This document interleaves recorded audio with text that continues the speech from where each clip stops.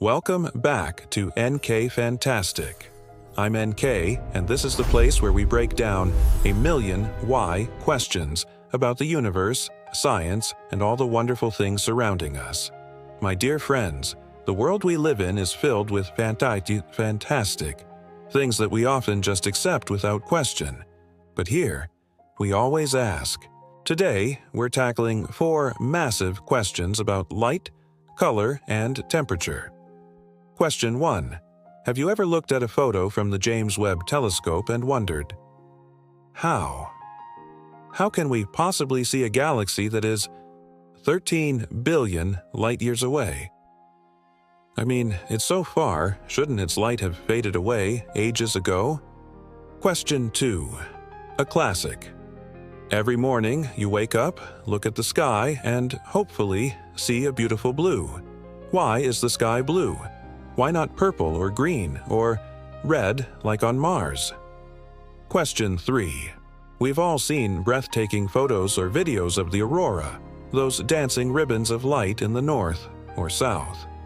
Where does that magical phenomenon come from? Could it be space dragons? Spoiler, it's not. And question 4. Why do we have seasons? Why is summer hot and winter cold? Many people think, oh, it's probably because the Earth is closer to the sun in the summer. Sounds logical, but it's completely wrong. 4 questions, 4 mysteries, and tons of fantastic knowledge await. If you're ready to upgrade your brain, then don't wait. Hit that like button for this video, subscribe to NK Fantastic, and ring that notification bell so you don't miss any adventures in knowledge. Now, let's get started. Mystery 1. The Eye of Time. Why can we see galaxies billions of light-years away? Now, this is one of the things that just blows my mind when I think about the universe. 1 light-year is about 9.46 trillion kilometers, and we are talking about billions of light-years.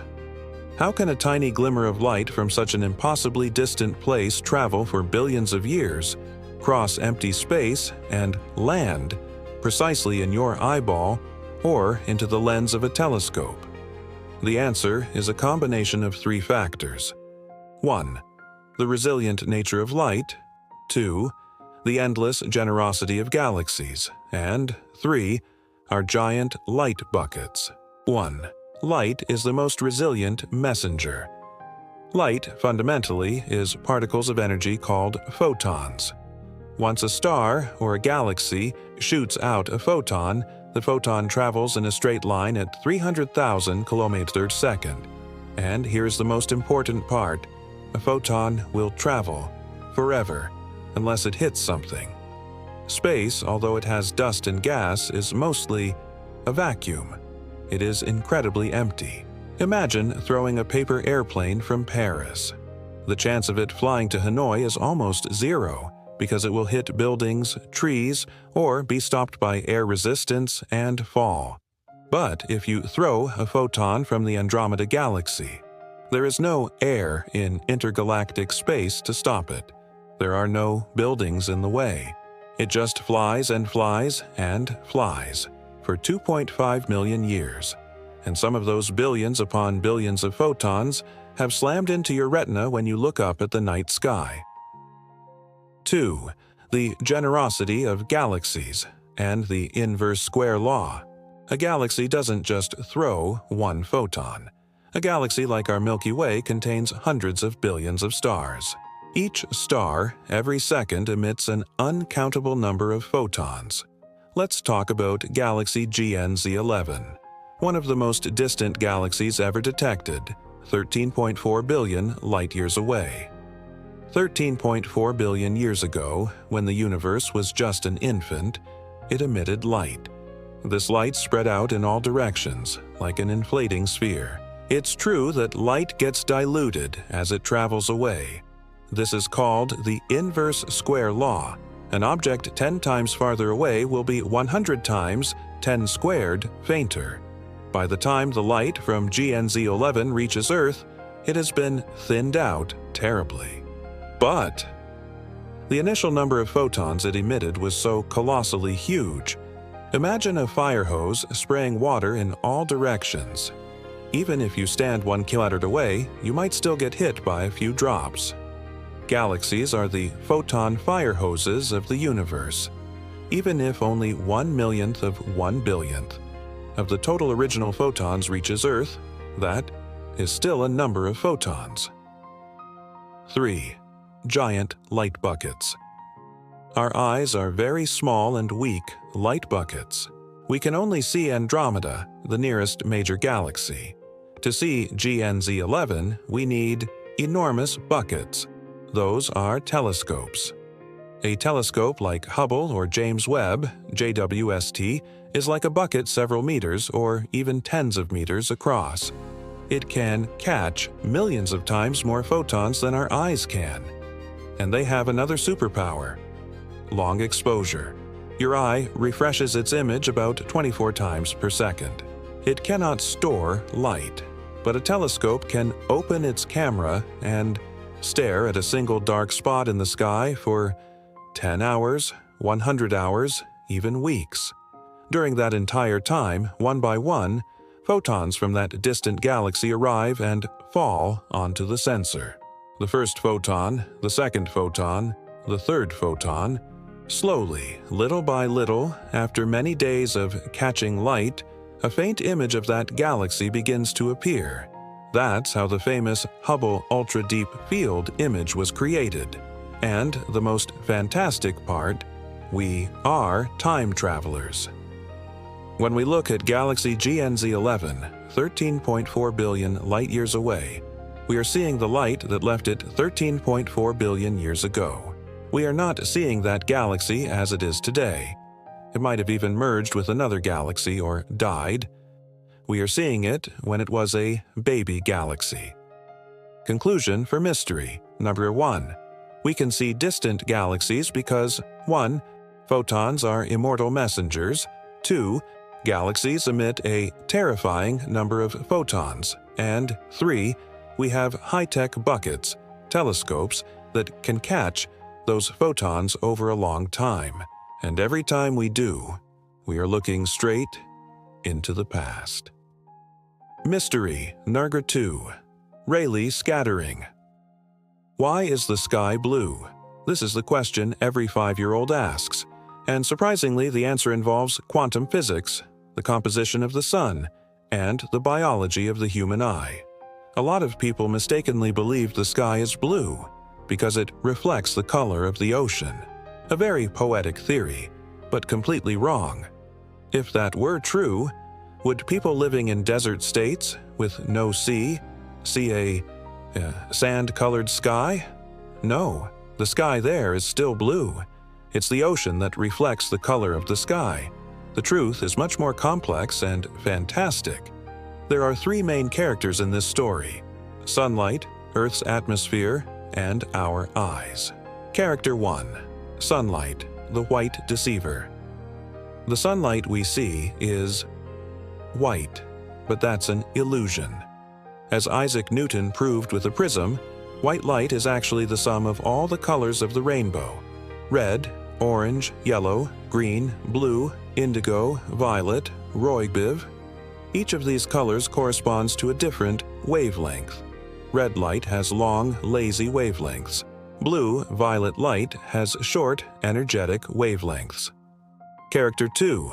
The atmosphere, the picky bouncers. Our atmosphere is made of tiny gas molecules, mostly nitrogen, 78%, and oxygen, 21%. When the beam of white light from the sun enters the atmosphere, it starts to collide with billions upon billions of these gas molecules. And here is the key. These gas molecules are like super picky bouncers. They behave differently with different colors. A scientist named Lord Rayleigh figured this out. The phenomenon is named after him: Rayleigh Scattering. It works like this. The gas molecules, nitrogen, oxygen, are smaller than the wavelengths of visible light. They are extremely effective at blocking and scattering light with short wavelengths, like blue and violet, but they are quite negligent with long wavelength light, like red and orange.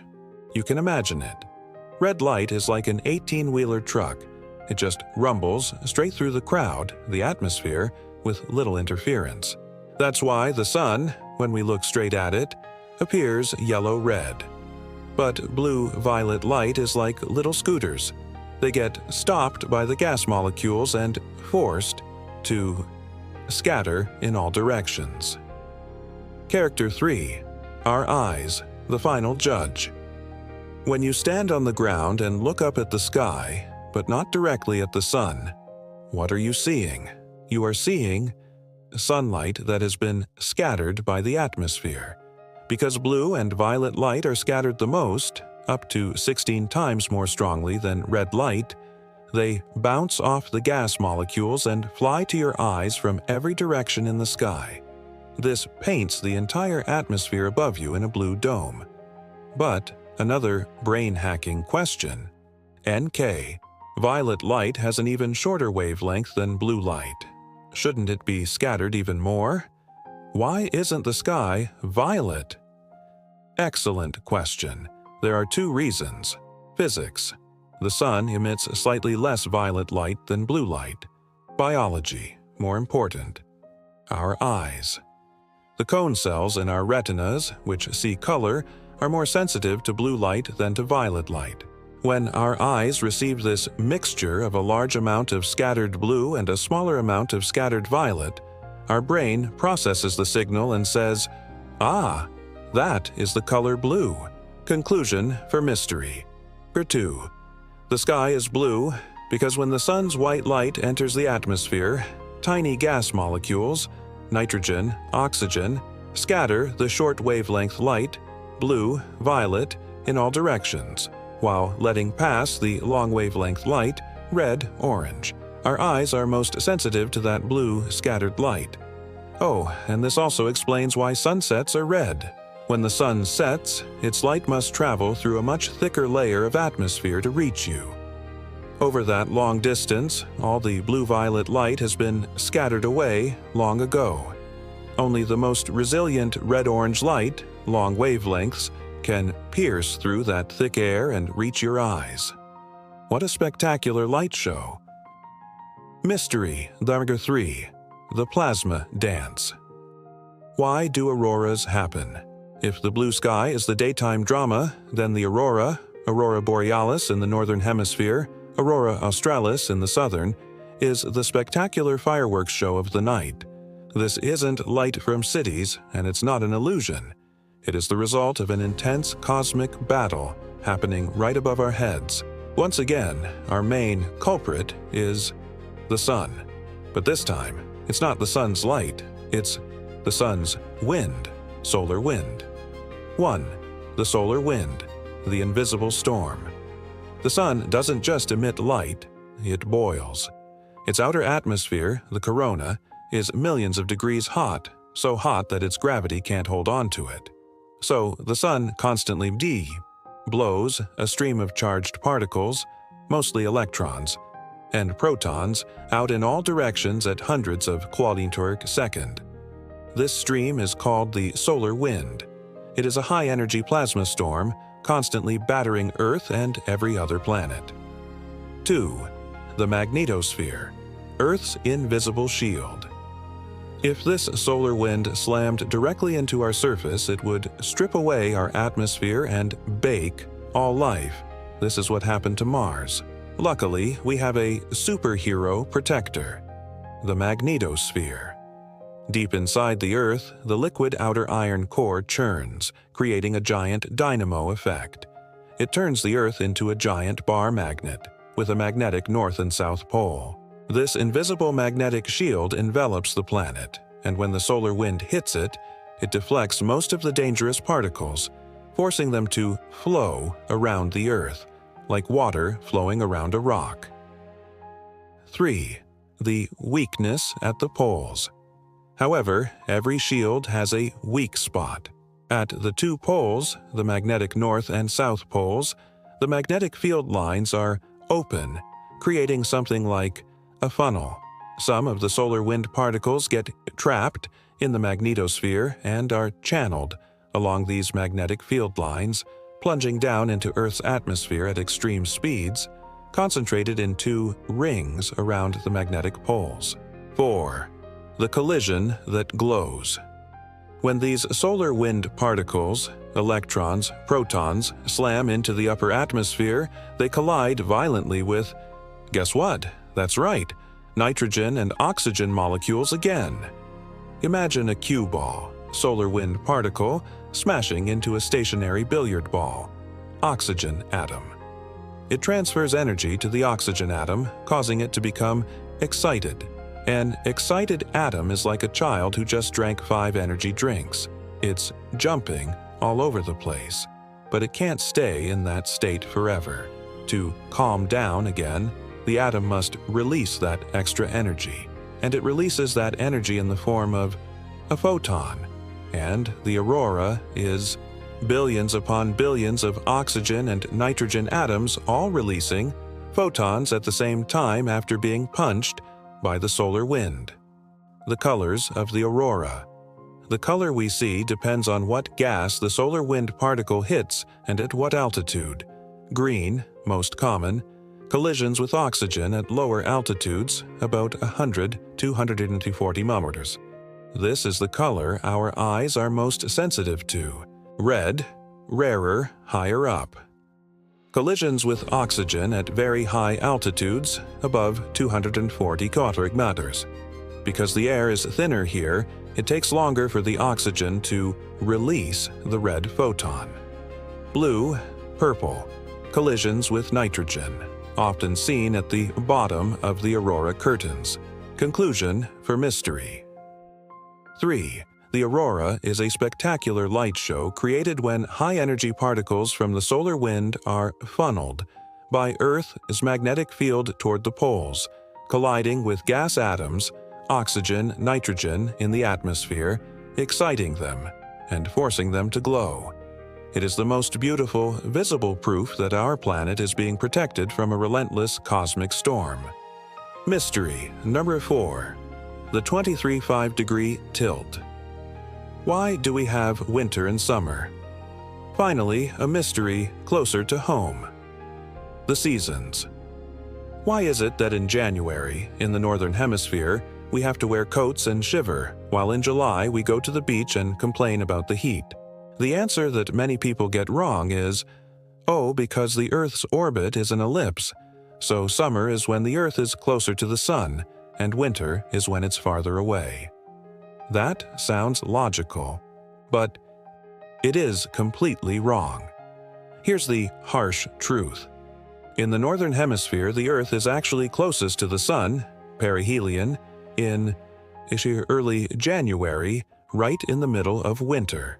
And we are farthest from the Sun, aphelion, in early July, right in the middle of summer. Clearly, distance is not the deciding factor. So, what is the real culprit?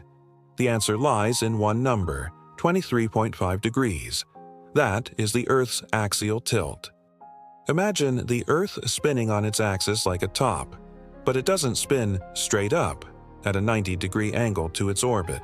Its axis of rotation is tilted by 23.5 degrees. And here's the crucial part. As the Earth orbits the Sun, this tilt always points in the same direction in space, always towards the North Star, Polaris. This stubborn tilt is the sole reason for the seasons. It affects us in two ways: the angle of the light and the length of the day. 1. The summer scenario. Example: July in the Northern Hemisphere. When the Earth is at this point in its orbit, the Northern Hemisphere is tilted toward the Sun. Direct light, hot. Because you are tilted toward the Sun's rays beat straight down on your head, almost 90 degrees at noon. The light concentrates its energy in a small area, heating it up intensely. Example: take a flashlight. If you shine it straight, 90 degrees onto a table, you see a small but very bright and hot circle of light. That is summer. Long days, short nights. Because you are tilted toward the Sun, your part of the Earth is bathed in light for longer. The Sun rises early and sets late. We have, for example, 15 hours of light to heat up and only 9 hours of night to cool down. Result: direct light plus long daylight hours, hot summer. 2. The winter scenario. Example, January in the Northern Hemisphere. 6 months later, the Earth is on the other side of its orbit. The axis still points to the North Star, which means the Northern Hemisphere is now tilted away from the Sun. Angled light, cold. Because you are tilted away, the Sun's rays reach you at a glancing blow, at a very low angle. The same amount of energy is now spread out over a much larger area. Example, take that flashlight. If you shine it at an angle, 30 degrees onto the table, you see a large but dim and cool ellipse. That is winter. Short days, long nights. Because you are tilted away from the Sun, your part of the Earth only grazes the light for a short time. The Sun rises late and sets early. We only have, for example, 9 hours of weak light to warm up, but 15 long hours of night to radiate heat and get cold. Result: angled light plus short daylight hours, cold, winter. Conclusion for mystery. Number 4. The seasons are not caused by the Earth's distance from the Sun. They are caused by the 23.5-degree tilt of the Earth's axis. Summer happens when your hemisphere is tilted toward the Sun, receiving direct light and long days. Winter happens when your hemisphere is tilted away from the Sun, receiving angled light and short days. And, of course, this is why when it's summer in Vietnam, it's winter in Australia, Southern Hemisphere, because when we are tilted toward the Sun, they are tilted away. Wrap up. And with that, we've gone through our 4 why questions for today. We know we see distant galaxies because light is an immortal messenger, and we have giant buckets to catch them, allowing us to look back in time. We know the sky is blue because our atmosphere is a picky bouncer, scattering blue light everywhere. We know the aurora is the glowing dance of our atmosphere as it gets attacked by the solar wind at the poles. And we know summer is hot and winter is cold, all because of our planet's stubborn 23.5-degree tilt. It's fantastic to see how everything is connected, isn't it? From the Sun to the atmosphere to the very core of the Earth, it all plays a part in creating the world we live in. Which mystery impressed you the most? Or do you have a why question itching in your brain that you want NK Fantastic to answer? Leave your comments down below. Thank you for joining this adventure in knowledge. Don't forget to like, share this video with other curious minds, and subscribe. I'm NK. See you in the next fascinating truth.